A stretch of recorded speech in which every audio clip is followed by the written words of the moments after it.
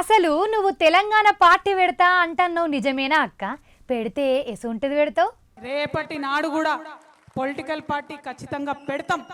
ఈ రాష్ట్రంలో స్వీయ రాజకీయ అస్తిత్వంతోని తెలంగాణ అనే పదాన్ని తన పేరులో నింపుకొని, తెలంగాణ అనే పదాన్ని తన ఆశయాల్లో నింపుకొని, తెలంగాణ అనే పదాన్ని తన ఆచరణలో నింపుకునేటటువంటి పొలిటికల్ పార్టీ రావాల్సిన అవసరం ఉన్నది.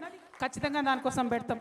మాది ఫక్తు రాజకీయ పార్టీ కాదు, ఉద్యమకారులను కలుపుకొని ఉద్యమ ఆకాంక్షలను నెరవేర్చడానికి, తెలంగాణ వాదాన్ని నిలబెట్టడానికి, తెలంగాణ అస్తిత్వాన్ని పరిరక్షించడానికి రాబోయేటటువంటి రాజకీయ శక్తిగా ఉంటుంది తప్పితే ఫక్తు రాజకీయ పార్టీగా ఉండదు.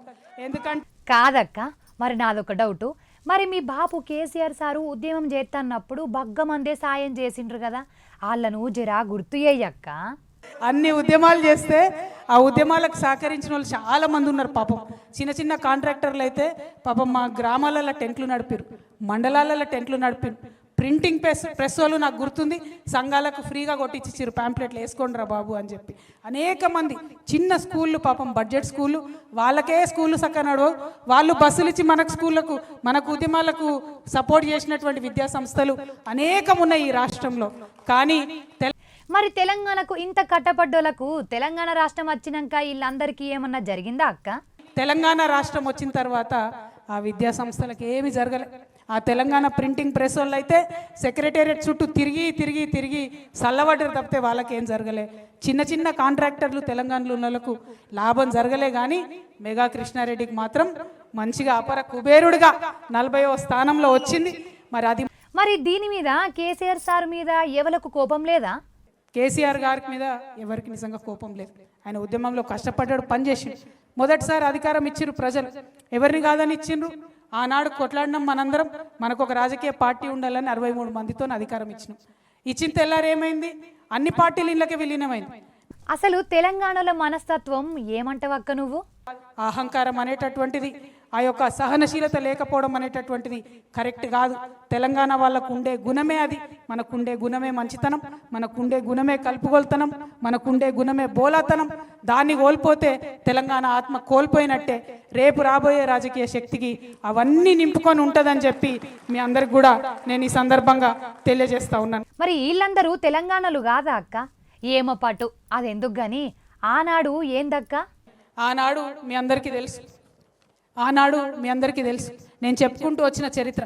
ఎంతోమంది వారసత్వంగా కాపాడుకుంటూ వచ్చినటువంటి తెలంగాణ భావన అనేటటువంటి మెట్లెక్కి ఆనాడు కేసీఆర్ గారు అధికారంలోకి వచ్చారు. అసలు ఈ రేవంత్ రెడ్డి సార్ గురించి 2 ముచ్చట్లు చెప్పక్క. అందరి దగ్గర నుంచి ఆ పెద్ద మనిషి ఆ ఆకాంక్షలను పట్టించుకోలేదు కాబట్టి అధికారం కోల్పోయింది. మీరు కూడా ఈ ఆకాంక్షలను పట్టించుకోకపోతే బంగ్లా బయటికి గుంజుతారు రెడ్డి గారు, మిమ్మల్ని ఏం వదిలిపెట్టారు తెలంగాణ ప్రజలు.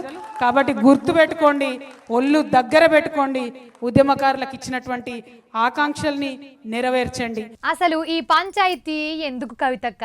ఎందుకు అందరు కలిసిండ్రు? కానీ కలిసినటువంటి సందర్భం, కలుసుకుంటున్నటువంటి సందర్భం ఖచ్చితంగా చరిత్రలో నిలబడిపోయేటటువంటి సందర్భం, ఉద్యమకారుల కోసం మరొక ఉద్యమం చేస్తూ బయలుదేరేటటువంటి సందర్భం.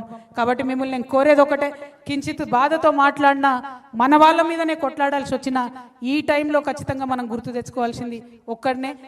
కాదక్క, మరి పాపం ఇంటోళ్ళు కదక్క, మరి ఉద్యమం కరెక్టే అంటవా? ఆ పక్కన ఉన్నోడు నీవోడా, నీ ఇంటోడా, సుటమోడా అన్నది కాదు. ఎటు ధర్మం ఉంటే అటు ఉండు అన్నారు. ఇవాళ ధర్మం ఉద్యమకారుల పక్షాన ఉన్నది, ఇవాళ ధర్మం అమరవీరుల కుటుంబాన పక్షాల ఉన్నది. కాబట్టి వారి పక్షాన నిలబడి ఖచ్చితంగా పిడికిలెత్తి పోరాటం చేస్తామని తెలియజేస్తూ మీ అందరి దగ్గర కూడా సెలవు తీసుకుంటా ఉన్నాను. Thank you. జై తెలంగాణ. మరి బాపు పార్టీలో ఉన్నప్పుడు గా పార్టీ గురించి మస్తు గొప్పలు చెప్పితిరి, అదంతా డొల్లేనా అక్క? ఏందో గాని ఇప్పుడన్నా మంచి పార్టీ పెడతాం అంటాండ్రు కదా, చూద్దాం మరి ఇది ఎట్లుంటుందో.